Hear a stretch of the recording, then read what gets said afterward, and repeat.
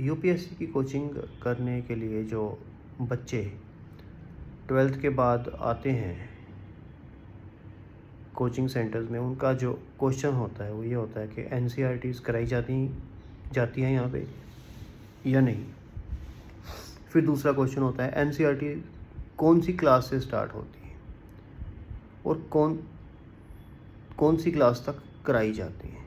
तीसरा क्वेश्चन होता है एनसीईआरटीज़, ये रिसेंट क्वेश्चन अभी स्टार्ट किया बच्चों ने पूछना, एनसीईआरटीज़ मिक्स कराई जाती हैं या अलग अलग क्लास की अलग अलग कराई जाएगी। जैसे 6th की हिस्ट्री, फिर 7th की हिस्ट्री, फिर 8th की हिस्ट्री, फिर 9th की हिस्ट्री, फिर 10th की हिस्ट्री, फिर 11th की हिस्ट्री, फिर 12th की हिस्ट्री। सिमिलरली 6th की जोग्राफ़ी, 7th की जोग्राफ़ी, 8th की geography and up to 12th। फिर साइंस की, ठीक है, ये क्वेश्चन पूछा जाता है। यानी कि आप हर क्लास की पहले एनसीईआरटीज़ करोगे, पहले हिस्ट्री की, ज्योग्राफी की, फिर पॉलिटी की, फिर साइंस की, फिर ईवीएस की, 5 हो गई।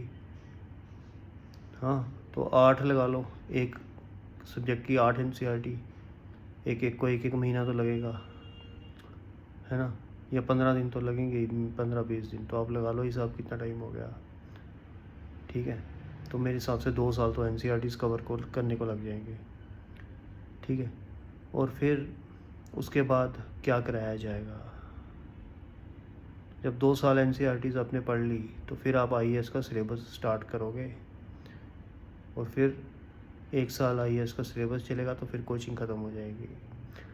अब कोचिंग ख़त्म होगी, उसके बाद आप थोड़ा सा अपना पढ़ोगे, फिर प्रीलिम लिखोगे, मेन लिखोगे और इंटरव्यू लिखोगे, बस आईएएस बन गए आप, first rank, ABC person first rank. चलो फर्स्ट नहीं तो सेकंड रैंक, चलो 10th रैंक, क्योंकि एनसीईआरटीज़ जो सारी पढ़ ली। तो इस वीडियो के माध्यम से मैं ये बताना चाहता हूँ कि एनसीईआरटीज़ पढ़ना सिर्फ 10% जॉब है, 90% जॉब तो अभी बाकी है। एनसीईआरटीज़ पढ़ने के बाद आपने जो 1 ईयर कोर्स पे जो सिलेबस कंप्लीट करना है, वो जब आप कर लोगे तब आपका 50% काम ख़त्म होगा। यानी 10% एनसीईआरटीज़, 40% सिलेबस कवर, यानी 50% काम ख़त्म। तो 50% अब क्या बचा। अब आप लोग कुछ परेशान हो गए होंगे, भैया ये चीज़ तो हमने पहली बार सुनी, एनसीईआरटीज़ भी पढ़ ली, पूरा सिलेबस भी कवर कर लिया, अब बचा क्या 50%, अभी क्या बचा। तो अभी जो बचा है ना, वो आपको किसी कोचिंग में मिलेगा भी नहीं। इंडिया की नंबर 1 कोचिंग से चले जाओ आप, जहाँ मर्जी चले जाओ, आपको वो चीज़ 50% कहीं पे भी नहीं मिलेगी। वो क्या है, जैसा कि मैंने पिछले वीडियोस में भी कहा, आज के वीडियोस ही हैं वो शॉर्ट वीडियोस, उसमें मैंने कहा कि पहला कदम है लर्निंग, सिलेबस को अच्छे से लर्न कर लेना, अच्छे से कवर कर लेना, जो भी प्रीलिम और मेंस का सिलेबस है। सेकंड स्टेप क्या है, कॉम्प्रीहेंड करना क्वेश्चंस एग्ज़ाम में कैसे आएंगे, प्रीलिम में भी और मेंस में भी। सिलेबस तो आपने पढ़ लिया, लेकिन प्रीलिम में वो ऐसे क्वेश्चन पूछे जाते हैं यूपीएससी में जो 50% क्वेश्चंस ही नहीं समझ आते, क्योंकि या तो वो ऐसी वोकैबलरी यूज़ करता है क्वेश्चंस में, या क्वेश्चंस की भाषा को चेंज करता है इस ढंग से कि आप कंफ्यूज हो जाओ, या अगर क्वेश्चन समझ आ गया तो ऑप्शन वो इस तरह से डालता है कि ऑप्शन समझ में नहीं आते। अगर आप समझ में आते भी हैं तो लास्ट मोमेंट पे जब आंसर को आप टिक करने लगते हो तो गलत ऑप्शन पे टिक कर देते हो।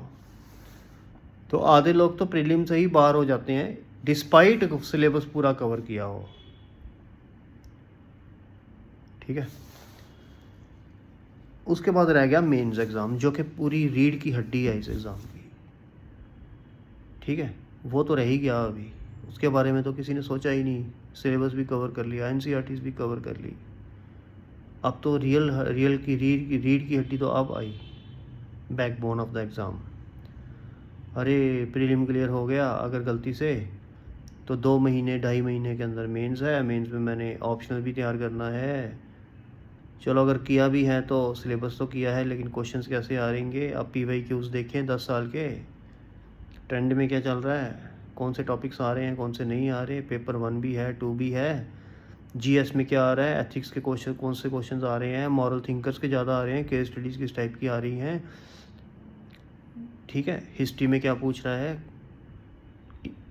ज्योग्राफी में क्या पूछ रहा है, करंट में आ रहा है या क्या कितना आ रहा है, करंट इंटरनेशनल अफेयर्स कैसे आ रहे हैं, पॉलिटी गवर्नेंस में क्या पूछ रहे हैं, वो कल्चर एंड आर्ट में वो क्या पूछ रहे हैं, ये सारा तो अभी करना है 2 महीने में। और करके क्या फ़ायदा जब आपके मार्क्स ही ना आए। तो असली मतलब तो मार्क्स से है, आपने तो टॉप करना था एग्ज़ाम में, तो मार्क्स जब आएंगे तो ही टॉप होगा। इस स्टेज तक तो आपने सोचा ही नहीं था, आपने तो कोचिंग भी ले ली, एनसीईआरटीज़ तो आपने 2 साल की पढ़ते रहे, लेकिन मेंस में मार्क्स आएंगे या नहीं आएंगे ये तो अभी भी डिसाइडेड नहीं है, और आपने तो टॉप करना था, ठीक है। तो जैसा कि मैंने पिछले वीडियोस में कहा कि दूसरा पार्ट होता है कोचिंग का, पहला पार्ट तो हो गया लर्निंग, सिलेबस को कवर करना, दूसरा पार्ट हो गया कि कॉम्प्रीहेंड करना क्वेश्चंस को प्रीलिम और मेंस में, क्वेश्चन को समझना, तीसरा पार्ट है आंसर राइटिंग। प्रीलिम में आंसर राइटिंग का मतलब है सही ऑप्शन को टिक करना, और मेंस में आंसर राइटिंग का मतलब है सही से आंसर को अटेम्प्ट करना और टॉपर्स में आना, टॉप करना एग्ज़ाम में। तो इस जो कोचिंग आपको ये तीनों चीज़ें सिखाए वो होती है रियल कोचिंग। अदरवाइज़ आप घर में बैठो और नेट यूज़ करो, इधर उधर से जो खिचड़ी मिलती है वो पढ़ो। एनसीईआरटीज़ को 2 साल लगाओ, 10 साल लगाओ या पूरी उम्र लगा दो, वो आपकी मर्ज़ी है, लेकिन एनसीईआरटी से आईएएस नहीं कोई बनता है। अगर बनता होता तो 10th के बाद ही एग्ज़ाम को रख दिया जाता आईएएस को, सारे आईएएस टॉपर बन जाते, क्योंकि एनसीईआरटी तो सब तब फ्रेश पड़ी हुई है ना। यानी कि 10th का जो टॉपर है, जिससे सारी एनसीईआरटी अब तक पड़ी हुई, जिसने 100% लिया, जिसने 99% लिया, वो आईएएस का एग्ज़ाम यूपीएससी दे तो वो तो टॉप कर लेगा ना उसी टाइम। तो फिर 11th 12th और ग्रेजुएशन कराने की और पीजी कराने की ज़रूरत ही क्या है उसको, वहीं पे एग्ज़ाम ले लो। तो जो 11th 12th और ग्रेजुएशन रखी हुई है किसी मकसद से रखी हुई है।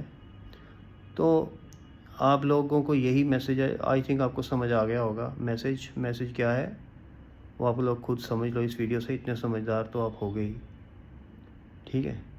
ये ब्लाइंडली मत खेलो आईएएस को, और एनसीईआरटीज़ पे पूरा दाव मत लगा दो। Thank you.